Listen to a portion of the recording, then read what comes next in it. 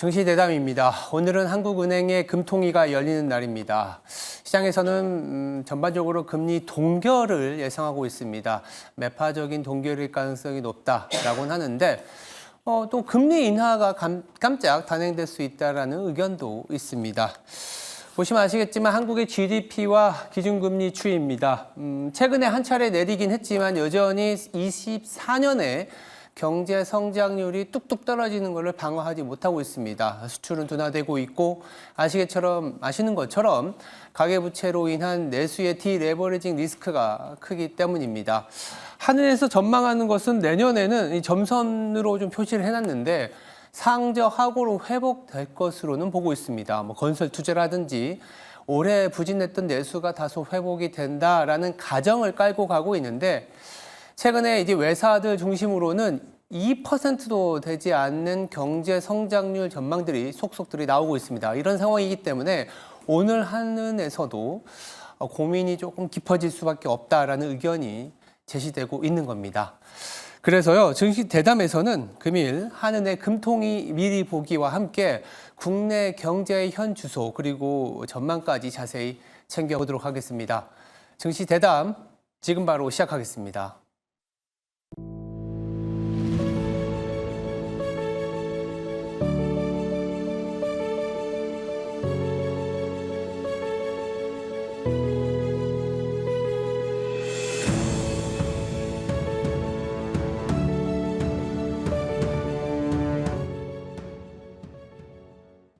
네, 증시대담 이어가겠습니다. 자리에 KB증권 임재균 리서치센터 연구위원 나와 있습니다. 안녕하세요. 네, 안녕하세요. 오늘 일단 금통위가 있는데 전반적인 금융 시장부터 챙겨보도록 하겠습니다. 간밤에 미국의 국채 금리가 좀 내려왔어요. 사실 PC 지표 보면 MOM, 그러니까 전월 대비로는 좀 아직은 스티키하다라는 내용들도 나오고 있는데 12월 FOMC 이를 미리 진단해보고 오늘 금통위를 얘기해봐야 될 것 같습니다. 12월 금리 인하 가능성은 오히려 시장에서 올랐더라고요. 어떻게 보세요? 네, 저희도 여전히 이제 12월 FOMC에서는 금리를 25bp 인하할 것으로 예상을 하고 있고요. 그렇게 되면은 이제 올해 인하하는 폭 자체는 이제 100bp 정도가 되는 상황이다라고 보고 있습니다. 네. 미국 물가 어제 PC 지표가 나왔습니다. 보시면은 전년 대비 헤드라인 2.3, 핵심 같은 경우 2.8% 기록을 하면서 이제 지난 9월보다는 수치가 올라가기는 했어요. 근데 이게 사실은 서프라이즈가 아닌 상황인 게 이미 2주 전에 파월 연준 의장이 이제 발표를 할 때 10월 PC와 그 코어 PC가 어떻게 나올지에 대한 추정치를 발표를 했고 그 숫자에 딱 부합하는 결과가 나온 상황이다라고 보시면 될 것 같습니다. 연준도 지금 보면은 물가의 둔화가 이제 쭉 둔화가 되는 게 아니라 굉장히 이제 좀 울퉁불퉁한 좀 들쑥날쑥하게 둔화가 되고 있는데 이런 것들에 대해서 연준도 이미 인지를 하고 있는 상황이기 때문에 12월에 금리를 인하하는 25bp 인하에 대해서는 여전히 가능성이 높다라고 저희는 바라보고 있고요. 근데 이제 문제가 이제 올해까지는 인하를 단행을 하는데 이제 문제가 내년 이제 물가 경로를 보면은 하반기 같은 경우 물가가 좀 반등하는 구간입니다. 반등하는 구간이고 그렇게 되면은 연준 입장에서는 물가가 반등하는 하반기에 금리를 인하하기보다는 상반기에 집중될 수밖에 없는 상황인 건데 물가를 떨어뜨려야 되는 지금 올해 연말과 내년 상반기에 물가가 잘 둔화가 안 된다라고 하면은 생각보다 연준의 금리 인하 속도 자체는 조금 지난 9월 FOMC에서 연준이 전망했던 4차례보다는 줄어들 수 있는 상황이다라고 보고는 있습니다.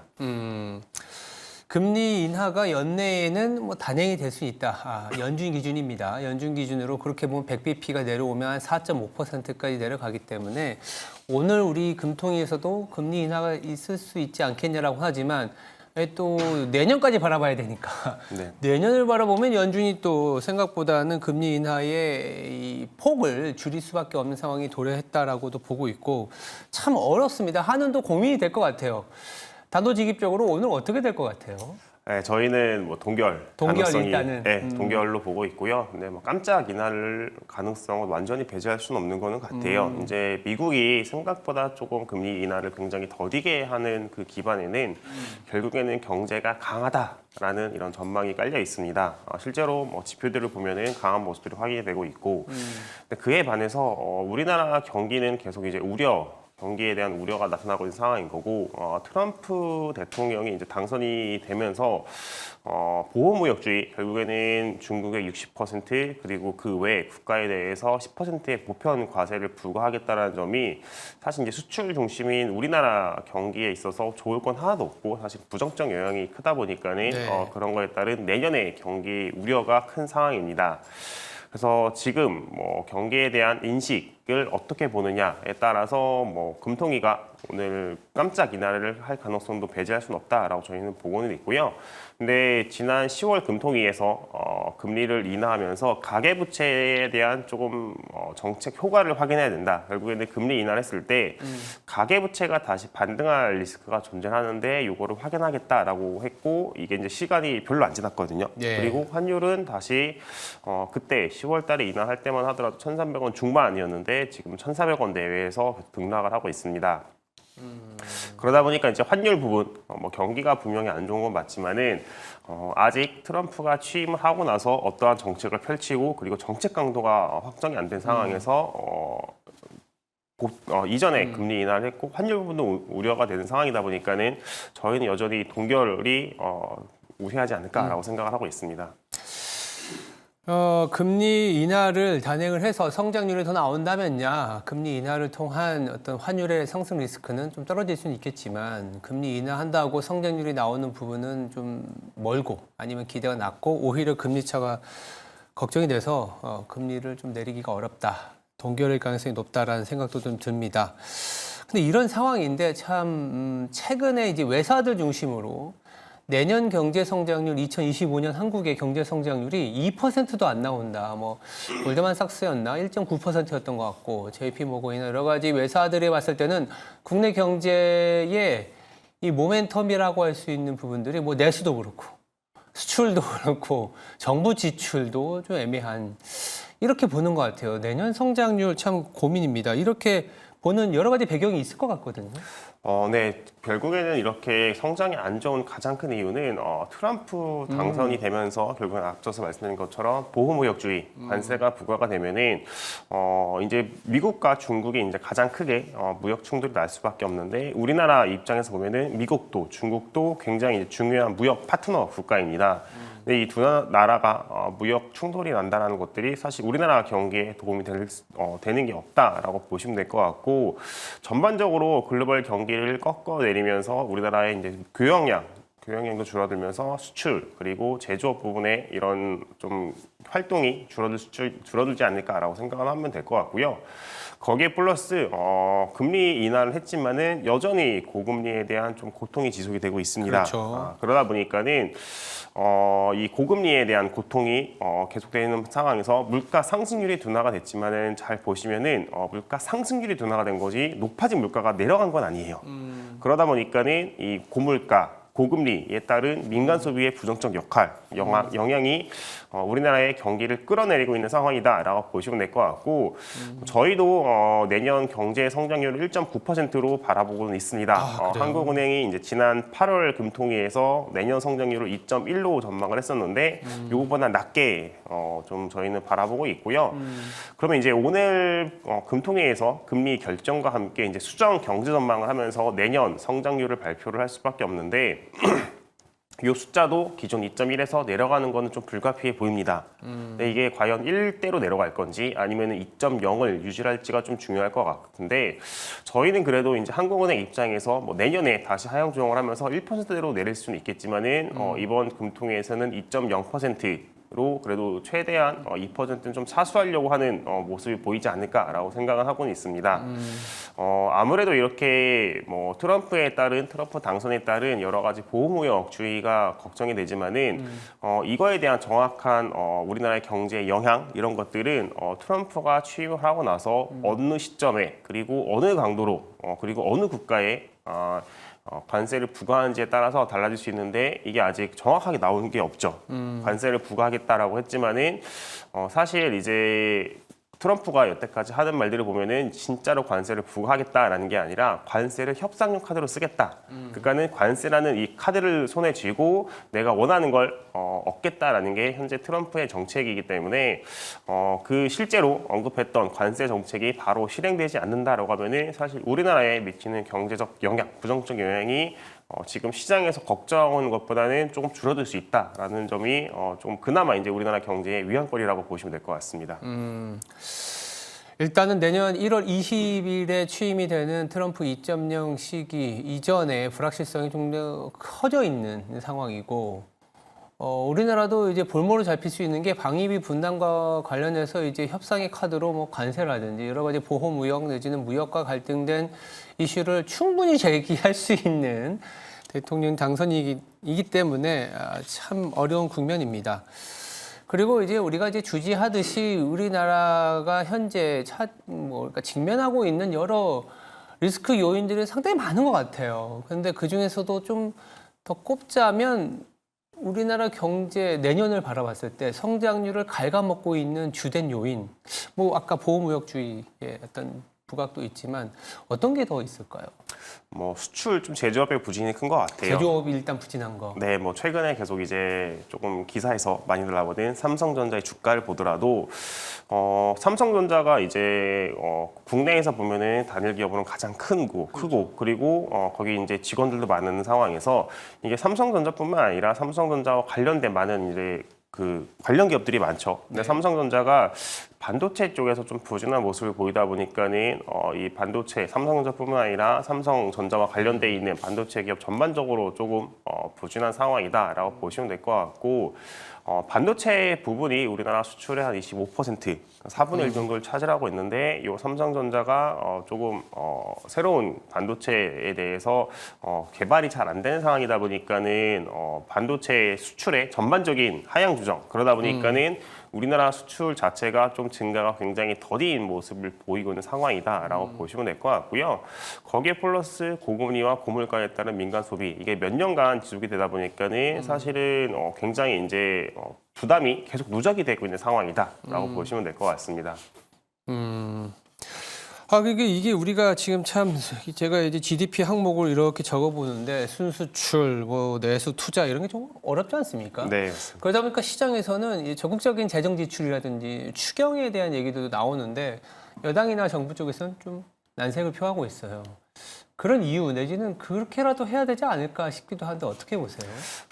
기존에 이제 정부가 추경에 대해서 굉장히 보수적인 스탠스를 보였던 것들은 이제 건전 재정, 재정 건전성을 강조를 했던 부분들이 있고 물가가 높은 상황에서 추경을 한다는 건 결국에는 이제 경제에 돈을 뿌린다라는 그렇죠. 이야기인 건데 이렇게 돈이 많아지면 사실은 이제 물가가 다시 인플레이션. 상승할 수 있는 리스크가 있다 보니까는 추경에 굉장히 보수적인 스탠스를 보였습니다.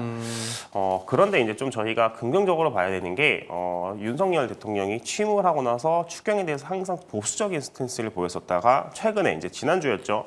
처음으로 이제 추경 가능성을 좀 언급을 하셨습니다. 맞아요. 네, 그러다 보니까는 뭐 바로 기재부가 이제 추경을 생각한 적이 없다라고 선을 그었지만은 내년에 경기가 지금처럼 좀 전망되는 것처럼 부정적인 영향이 크다라는 생각들이 강하면은 사실은 이제 정부 입장에서도 지금 굉장히 거시 건정성, 거시 이제 재정 건정성을 강조를 하고 있는데 이런 기조를 조금 버리고 추경을 하면서 좀 경기 쪽에 더 모멘텀을 실어주기 위해서 노력하지 않을까라고 생각은 하고는 있고요. 여기에 플러스 이제 한국은행이 금리를 뭐 인하한다라고 보면은 내년 상반기 같은 경우는 금리 인하와 더불어서 이런 재정적으로 지출이 나오면서 이제 조금 정부와 한국은행의 정책 공조가 일어나면서 경기에 대한 두나 걱정 우려는 좀 줄어들 수 있는 상황이다라고 저희는 바라보고 있습니다. 재정 건전성이라는 게 지출을 줄이는 것도 있지만 수입이 늘어나면 또 건전성이 늘어나는데 이렇게 경제 성장률이 떨어진다는 것은 재정 수입이 또 떨어지는 거라서 이게 선택지가 참 어려울 수 있습니다만 확장적인 측면에서 본다면 재정 지출이 늘어나면서 경제가 성장하면 재정 수입이 늘어나고 네. 뭐 이럴 수도 있으니까 맞습니다. 참. 근데 우리나라가 어느새 디플레이션 압력이 높아진 국가이기 때문에 다소나마 좀 서프라이즈한 어떤 정책도 나와야 되는 상황이지 않을까라는 측면에서 여쭤봤습니다. 네, 그럼 마지막으로 우리가 이제 다음 주면 또 12월이 됩니다. 벌써 12월인데요. 우리가 좀 주목해야 될 지표들이 좀 있을 것 같고 이에 따르는 투자자들의 좀 스탠스도 함께 좀 짚어봐야 될 것 같거든요. 네, 결국에는 이제 12월에 가장 주목을 해야 될 지표는 12월 첫째 주 금요일에 나오는 11월 미국의 고용 보고서가 가장 주목할 만한 지표다라고 보고 있고요. 이게 보시면 이제 11월, 그러니까 대선 이후에 나오는 첫 고용 보고서입니다. 그러면은 이제 대선 결과에 따라서 뭐 바로 이제 얼마나 반영되는지는 사실은 뭐 정확히 가늠하는 건 쉽진 않지만은 대선 결과 이후에 미국 기업들이 어느 정도로 투자를 집행할 수 있는지 그런 것들을 고용 보고서를 통해서 확인할 수 있는 상황이다라고 저희는 보고 있고요. 만약에 고용 보고서가 굉장히 좀 견고한 상황이다라고 한다면은 확실히 내년에 미국 경기에 대한 우려는 좀 줄어들고 경기가 진짜 화랑이구나라는 좀 자신감을 받지 않을까라고 저희는 생각을 하고 있습니다. 그렇게 되면은 조금 내년에 연준의 금리 하락 같은 경우는 조금 속도는 더딜 수는 있겠지만은 아무래도 이런 경기 침체의 우려가 줄어들면서 증시 쪽에는 좀 긍정적인 모멘텀을 받지 않을까 생각을 하고 있습니다. 월초다 보니까 물론 12월이라는 것도 있지만 이 고용 보고서를 상당히 주목을 해야 되고 12월은 또 우리나라는 금통위가 없으니까 네. 연준의 스탠스만 바라봐야 되기 때문에 더욱더 중요하지 않을까 생각이 듭니다. 네, 지금까지 KB증권의 임재균 연구위원이었습니다. 말씀 감사합니다. 네, 감사합니다. 네, 앵커 브리핑을 시작하겠습니다. 간밤에 미증시는 추수감사절 연휴를 앞두고 조금은 약보합권으로 마무리를 했습니다. 특히 주요 경제 지표들이 나오다 보니까 이 경제 지표들의 향방을 좀 지켜보자라는 스탠스들이 많았는데 결론적으로 미 경제는 잘 가고 있습니다. 물가는 소폭 상승했지만 금리를 건드릴 만큼의 충격은 아니었다. 이미 알고 있었다라는 정도로 나와줬고요. 신규 실업 청구 건수를 통해 본 미국의 고용은 상당히 견조하다.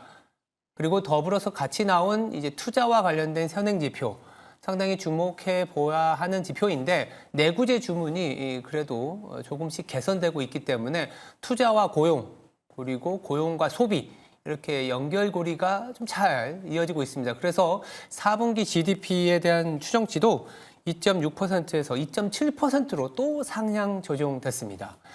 반면에 한국 경제는 좀 난항을 겪고 있습니다. 오늘 금통위가 열리는데 대세는 동결을 보고 있습니다. 여러 가지 압력들이 있습니다만 동결일 가능성이 높은데 저희들이 증시 대담을 통해서 보더라도 깜짝 금리 인하를 단행할 가능성도 있습니다. 내수도 부진하고 수출은 하락하고 있고 투자가 거의 일어나지 않고 있기 때문에 금리라도 내려주면서 전체적인 비용을 줄여야 되는 거 아니냐라는 얘기들이 나오는데 오늘 오전에 그러다 보니까 시장에서는 금통위의 결과를 좀 지켜보고 그런 숨고르기나 관망세가 짙어지지 않을까라는 생각이 들고 있습니다. 어제 우리 증시도 보셨겠지만 2,500 중반 이상을 뚫고 가기가 조금 어려운 국면입니다. 경제 성장률이 둔화되고 있고 기업 이익이 하향 조정되고 있는 상황이다 보니까 그리고 간밤에 또 미증시가 보합권에 머무른 상황이라서 오늘도 조금은 눈치 보기 그리고 좁은 박스피의 연장선상이지 않을까라는 생각이 들고 있습니다만 또 한편으로 긍정적으로 본다면 2,400자라는 숫자가 보일 때는 외국인의 매도가 멈추고 기관의 순매수가 들어오면서 적극적인 이 테마 내지는 순환매 장세가 일어나고 있습니다. 최근에는 뭐 조선을 필두로 금융주 등 배당 그리고 유틸리티 통신과 같은 섹터가 순환매 대상이 되고 있는데 이런 그래도 어려운 시장이지만 움직이고 있는 섹터도 있다는 점은 주목하셔서 대응해 보셔야 될 것 같습니다. 지금까지 앵커 브리핑이었습니다. 오늘 하루도 성투하시기 바랍니다. 감사합니다.